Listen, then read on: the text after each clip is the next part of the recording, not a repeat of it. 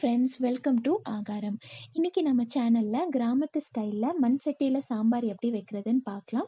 இதுக்கு நான் 1 கப் துவரம் பருப்பை 1 ஹவர் முன்னாடியே ஊற வச்சுருக்கேன்.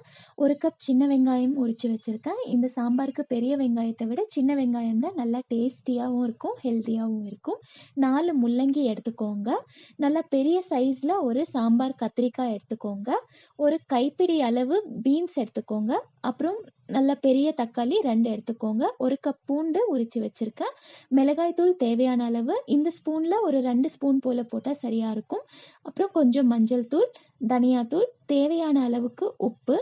இது தாளிப்புக்காக 1 ஸ்பூன் கடுகு எடுத்திருக்கேன். அப்புறம் சீரகம், வடகம் 1 ஸ்பூன். உங்களுக்கு வடகம் டேஸ்ட் பிடிக்கலன்னா நீங்கள் சின்ன வெங்காயத்தில் கூட தாளிச்சிக்கலாம். அப்புறம் நெய் 1 ஸ்பூன். இந்த சாம்பார் நம்ம எண்ணெயில் தாளிக்க போகிறதில்ல, நெய்யில் தாளித்தா நல்லா மணமாக இருக்கும். இப்போ நம்ம ஊற வச்சிருக்க பருப்பை கொஞ்சமாக மஞ்சள் தூள், உரிச்சு வச்சிருந்த பூண்டு போட்டு வேக வச்சிருக்கேன். இது வந்துட்டு ஒரு 15 மினிட்ஸ் போல் வேகட்டும். அதுக்கப்புறம் நம்ம இறக்கிக்கலாம். இப்போ நம்ம வச்சு 15 மினிட்ஸ் ஆயிடுச்சு. பருப்பு வெந்துருச்சான்னு பார்த்துடலாம். பார்த்தீங்கன்னா இந்த பருப்பு நம்ம ஆல்ரெடி ஊற வச்சு போட்டதுனால நல்லா வெந்துருச்சு. இப்போ ஸ்டவ்வை ஆஃப் பண்ணிக்கலாம். இப்போ இந்த வேக வச்ச பருப்பை மற்ற வச்சு நம்ம கடைஞ்சிக்கலாம். நல்லா பருப்பு நல்லா ஸ்மாஷ் ஆயிடுச்சு. இதை ஒரு பவுலில் ட்ரான்ஸ்ஃபர் பண்ணிக்கலாம்.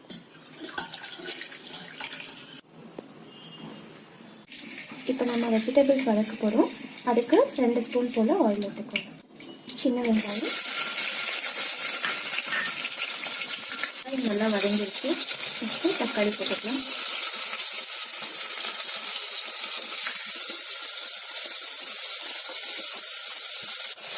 தக்காளி போட்டதும் கல்லுப்பு போட்டுக்கோங்க. தக்காளி ரொம்ப சீக்கிரமாக வதங்கிடும்.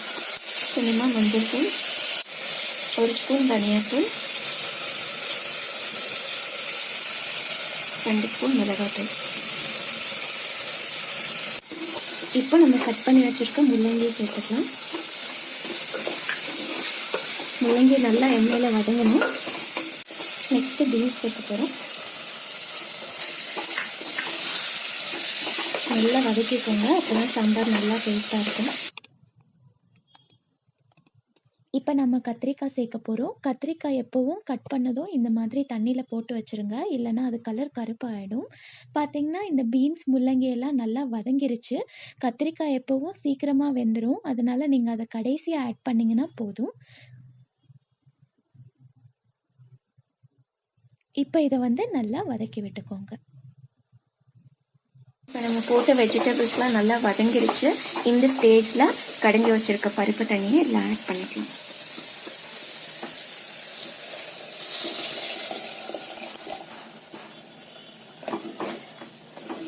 இது நல்லா கொதிக்கணும்.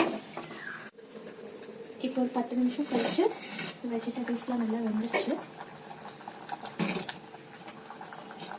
இப்போ இதை தாளிச்சிக்கலாம்.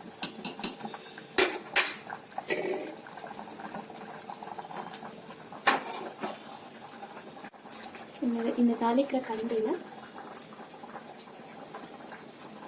2 ஸ்பூன் கீ ஊற்றிக்கோங்க.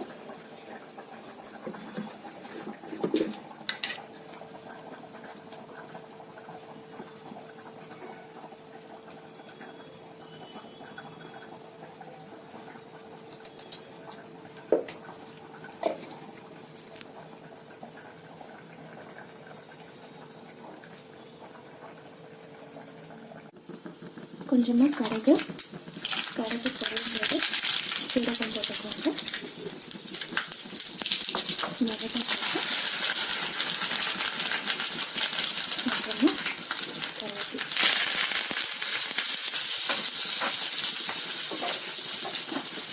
கருவேப்பிலை போட்டுட்டு கொஞ்சம் ஃப்ரை பண்ணிக்கோங்க.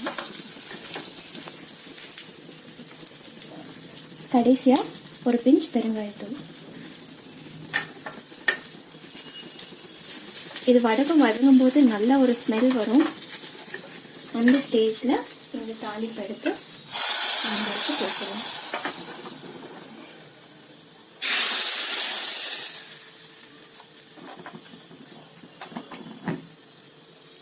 இப்போ நம்ம நெய்யில் தாளிச்சிருக்கிறதுனால அந்த வடகமும் நெய்யும் சேர்ந்து நல்ல ஒரு ஸ்மெல் வருது.